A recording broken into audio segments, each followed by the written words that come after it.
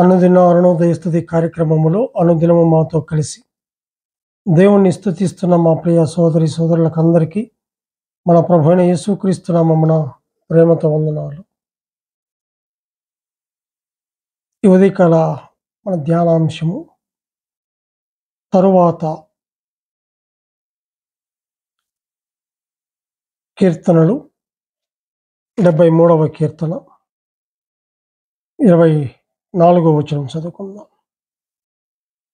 నీ ఆలోచన చేత నన్ను నడిపించెదవు, తరువాత మహిమలో నీవు నన్ను చేర్చుకొందువు. నీ ఆలోచన చేత నన్ను నడిపించెదవు, తరువాత మహిమలో నీవు నన్ను చేర్చుకొందువు అని చెప్పి చూస్తాం. తర్వాత అనే మాట మనం చూస్తుంటాం. తర్వాత అనే మాట రెండు సంఘటనల క్రమమును చూపిస్తుంది. ఒక సంఘటనకు మరియు మరొక సంఘటనకు మధ్య ఈ పదాన్ని రాయటం మనం గమనిస్తుంటున్నాం. నడిపించెదవు, తరువాత మహిమలో నీవు నన్ను చేర్చుకొందువు అని చెప్పి దినవృత్తాంతములు 2వ గ్రంథము 26వ అధ్యాయము 16వ వచనంలో చూస్తే, అయితే అతడు స్థిరపడిన తరువాత అతడు మనసున గర్వించి చెడిపోయాను. అతడు పీఠము మీద ధూపం వేయుటకై యెహోవా మందిరములో ప్రవేశించి తన దేవుడైన యెహోవా మీద ద్రోహము చేయగా అని చెప్పి ఇక్కడ గమనించినట్లయితే స్థిరపడిన తరువాత ఈ మాట రాజైన ఉజ్జియా గురించి అని వ్రాయబడింది. అతడు పరిపాలన ప్రారంభించి నాట నుండి అతడు దేవుని దృష్టికి యథార్థంగా ప్రవర్తించాడు. ఇక్కడ గమనిస్తే 3వ వచనంలో 26:3లో ఉజ్జియా ఏలనారంభించినప్పుడు 16 ఏళ్ల వాడై యెరూషలేములో 52 సంవత్సరములు ఏలెను అని చెప్తూ 4వ వచనంలో అతడు తన తండ్రి అయిన అమజ్యా చర్యలంతటి ప్రకారము యెహోవా దృష్టికి యథార్థముగా ప్రవర్తించెను అని చెప్పి దేవుని దృష్టికి యథార్థంగా ప్రవర్తించాడు. 1. 2 దేవుణ్ణి ఆశ్రయించాడు కాబట్టి దేవుడు అతన్ని వర్ధిల్ల చేశాడు. 1 యథార్థంగా ప్రవర్తించాడు, 2 దేవుణ్ణి ఆశ్రయించాడు కాబట్టి 3 దేవుడు అతన్ని వర్ధిల్ల చేశాడు.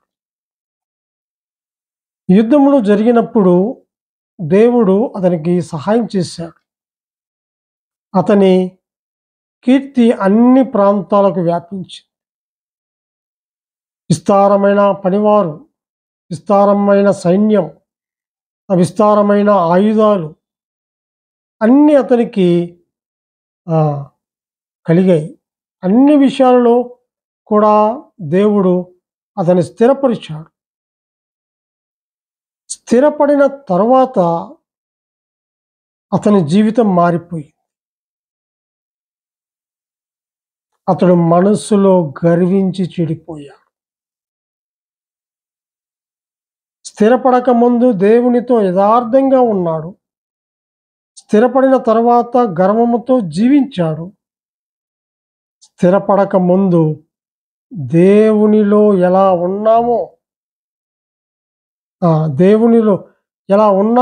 స్థిరపడిన తర్వాత కూడా అలాగే జీవించాడు. స్థిరపడక ముందు ఎలా ఉన్నామో అక్కడ చెప్పిన మాట, స్థిరపడక ముందు దేవునితో ఎలా ఉన్నామో ప్రేమైన వాటారా గమనించండి. ఎప్పుడైతే దేవుణ్ణి నమ్మి దేవుణ్ణి ఆశ్రయించి దేవుని సన్నిధిలో యథార్థంగా మనం జీవిస్తున్నామో, ఎప్పుడైతే ప్రభు రక్తంలో కడగబడ్డామో, ఆ దినము నుండి మరణించే వరకు, ఆయన రాకడ వరకు నమ్మకంగా యథార్థంగా మనం జీవించాలి. స్థిరపడిన తర్వాత అప్పుడు యథార్థంగా ఉన్నాం, ఇప్పుడు కూడా యథార్థంగానే ఉండాలి. యథార్థతను వదిలిపెట్టకూడదు. కొంతమంది స్థిరపడిన తర్వాత గర్విస్తారు. అది ప్రభువుకు నచ్చని విషయం. రెండవదిగా గమనిస్తే యెషయా గ్రంథము 38వ అధ్యాయము. యెషయా గ్రంథము 38వ అధ్యాయము 9వ వచనం చదువు. యూదా రాజైన హిజ్కియా రోగి ఆరోగ్యము పొందిన తర్వాత అతడు రచించినది తర్వాత అనే మాట మనం చూస్తుంటాం. స్థిరపడిన తర్వాత విజయాన్ని చూశాం. ఆరోగ్యము పొందిన తర్వాత హిజ్కియాను మనం చూస్తున్నాం. హిజ్కియాకు మరణకరమైన రోగం వచ్చింది. ఇక నువ్వు బ్రతకవు అని ప్రవక్త ద్వారా హెచ్చరింపబడినప్పుడు అతడు దేవుని దగ్గర కన్నీటితో ప్రార్థించాడు. దేవుడు అతని ప్రార్థన అంగీకరించి అతనికి 15 సంవత్సరముల ఆయుష్. అతడు ఆరోగ్యము పొందుకున్న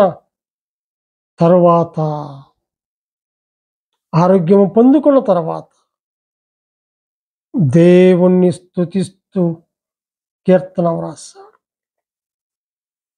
సజీవుడుగా ఉండి దేవుని స్తుతించాడు. 19వ వచనంలో అక్కడ గమనించినట్లయితే 19లో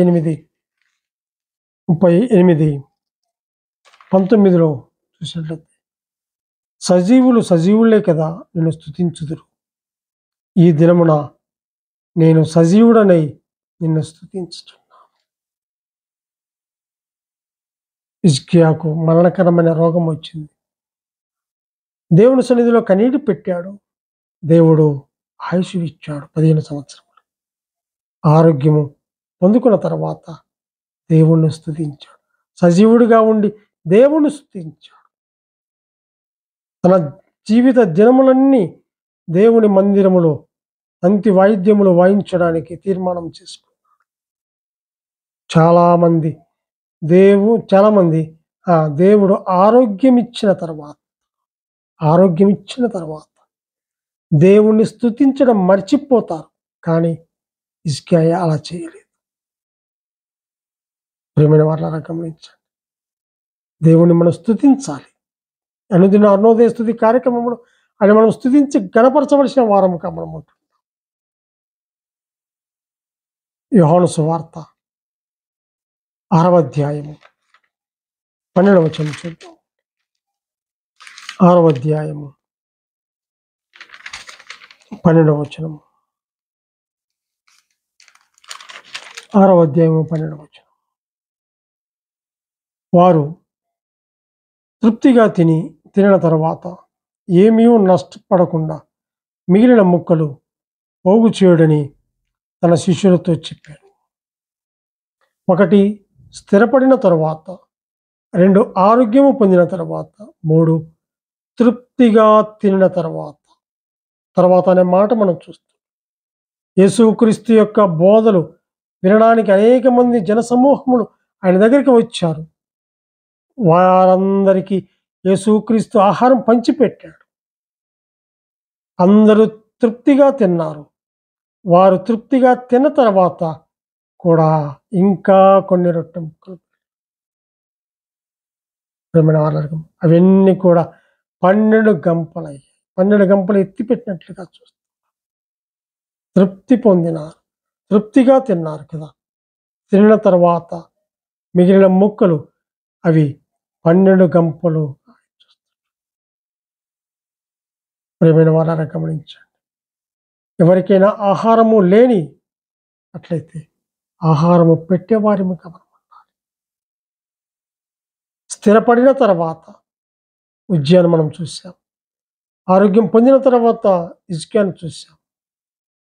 తృప్తిగా తినిన తర్వాత 12 గంపలు ఎత్తినట్లుగా మనం చూస్తాం.